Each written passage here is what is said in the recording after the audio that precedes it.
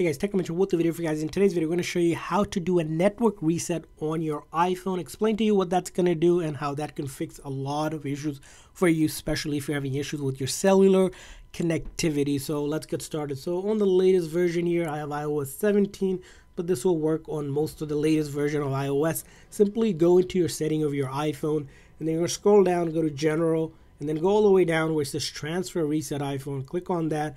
And then there's the option for reset, so we'll click on reset, and right here is the option to reset network settings. So you might be wondering, right, if I click on network resetting, it's going to ask me for my passcode, which is fine. I'll put my phone's passcode, what that does. So as you can see here, a network reset basically returns the settings related to network.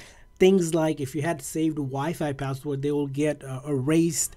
If you had Bluetooth connected devices, you'll have to reconnect again. But it will not remove things like your eSIM card or cellular service. It just refreshes those services, and all of your other personal data like photos, videos, apps will all be there on your phone. And this takes about maybe a minute or two to do, but it's important troubleshooting step whenever you're having any connectivity issue with either the cellular service or Bluetooth devices.